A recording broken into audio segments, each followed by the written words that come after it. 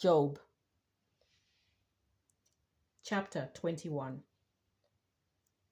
Job replies, "The wicked often go unpunished." Then Job answered, "Listen carefully to my words, and let this be your consolation. Bear with me, and I will speak. Then after I have spoken, mark on. As for me, is my complaint addressed to mortals? Why should I not be impatient? Look at me and be appalled, and lay your hand upon your mouth.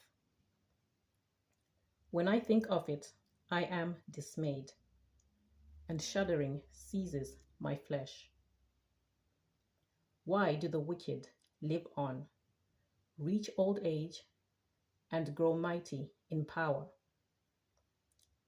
Their children are established in their presence, and their offspring before their eyes. Their houses are safe from fear, and no rod of God is upon them. Their bull breeds without fail, their cow calves and never miscarries. They send out their little ones like a flock, and their children dance around. They sing to the tambourine and the lyre, and rejoice to the sound of the pipe.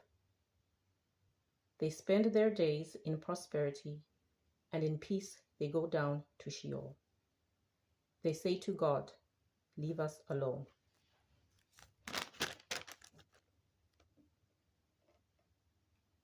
We do not desire to know your ways. What is the Almighty that we should serve him?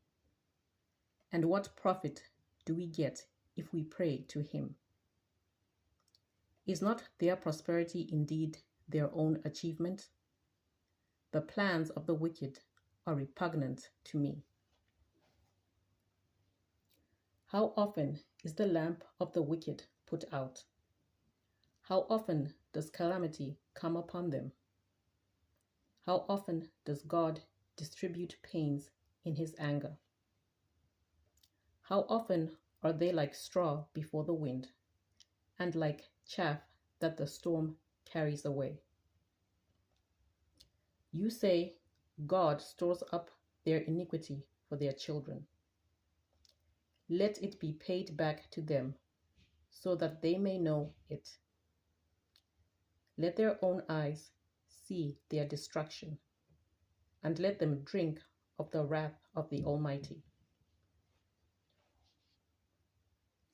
For what do they care for their household after them, when the number of their months is cut off? Will any teach God knowledge, seeing that he judges those that are on high? One dies in full prosperity, being wholly at ease and secure, his loins full of milk, and the marrow of his bones moist. Another dies in bitterness of soul, never having tasted of good.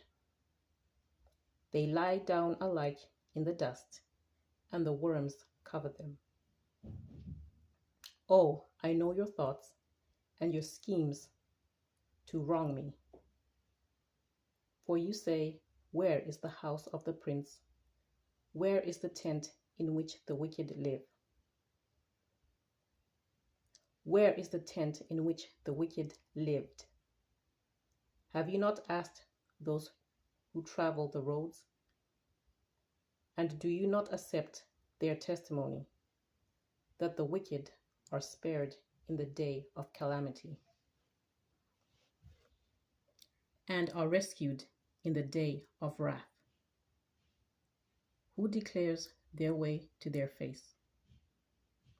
And who repays them for what they have done? When they are carried to the grave, a watch is kept over their tomb.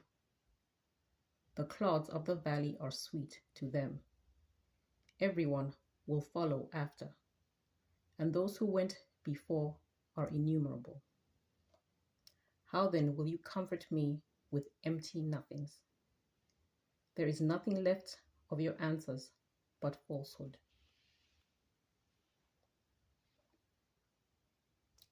Chapter 22. Eliphaz speaks. Job's wickedness is great. Then Eliphaz the Temanite answered, Can a mortal be of use to God?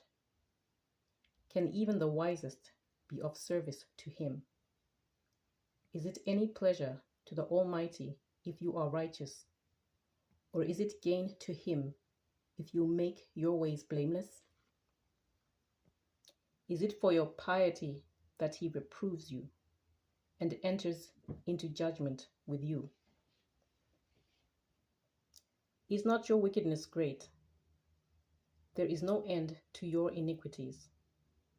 For you have exacted pledges from your family for no reason, and stripped the naked of their clothing. You have given no water to the weary to drink, and you have withheld bread from the hungry.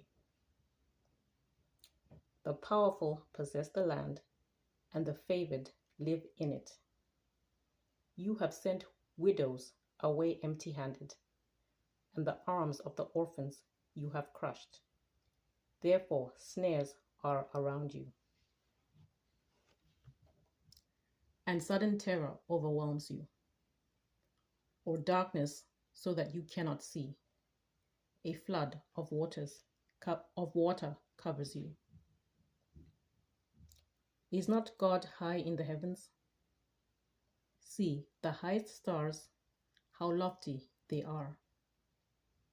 Therefore you say, What does God know? Can he judge through the deep darkness? Thick clouds enwrap him so that he does not see, and he walks on the dome of heaven. Will you keep to the old way that the wicked have trod? They were snatched away before their time. Their foundation was washed away by a flood. They said to God, Leave us alone, and what can the Almighty do to us? Yet he filled their houses with good things, but the plans of the wicked are repugnant to me. The righteous see it and are glad. The innocent laugh them to scorn, saying, Surely your adversaries are cut off, and what they left the fire has consumed.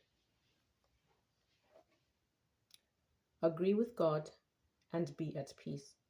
In this way good will come to you. Receive instruction from his mouth and lay up his words in your heart.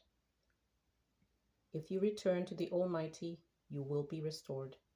If you remove unrighteousness from your tents, if you treat gold like dust, and gold of Ophir like the stones of the torrent bed, and if the Almighty is your gold and your precious silver, then you will delight yourself in the Almighty and lift up your face to God.